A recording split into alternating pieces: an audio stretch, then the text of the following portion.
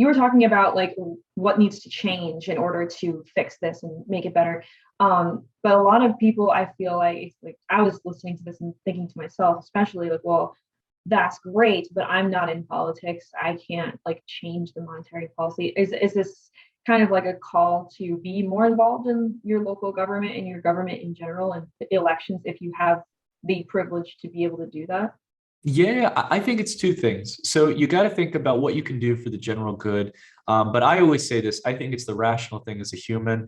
And outside of that as well, it's the first priority, right? If you want to help out others, you first got to help yourself. You got to make sure you're in a good position. It doesn't mean you need to always think about yourself at every cost, but you need to make sure you have a good base foundation. Your family's protected, that your financial future is secured. And I think the first way to go about doing that is to make sure that you have some decent exposure to assets, because assets are time tested.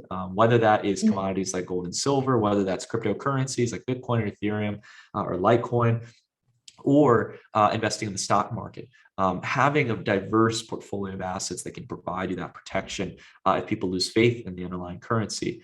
That's very important. It's also important to have some money in cash in hand, as well as money in your bank. I believe that's very important as well. I'm not a 100% asset investor in this case. I do believe it's important to have some money because asset markets can go through dramatic corrections once monetary policy stabilizes.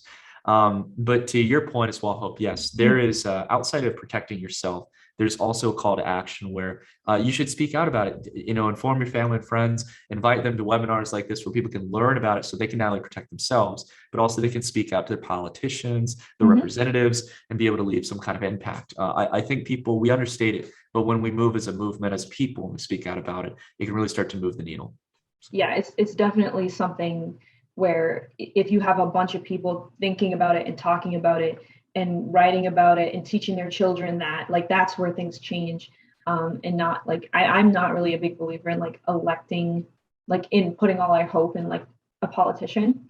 Right. I'm more of the opinion of like you gotta really educate the masses Yeah. of the problem, and then eventually new leaders will rise up, hopefully from the masses of people that you've educated, and especially the children, the kids. Like kids aren't too young.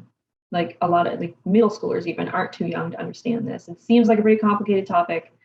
That's not really when you really just break it down. So And I don't know if it's telling, I'm assuming this is seen as a bad thing, but there are many politicians across the globe. There are no borders when it comes to this, who unfortunately don't get a concept of middle school or high school or should understand. And that is very scary when it comes to our personal savings and our net worth. So we definitely got to get the word out in that case. Definitely.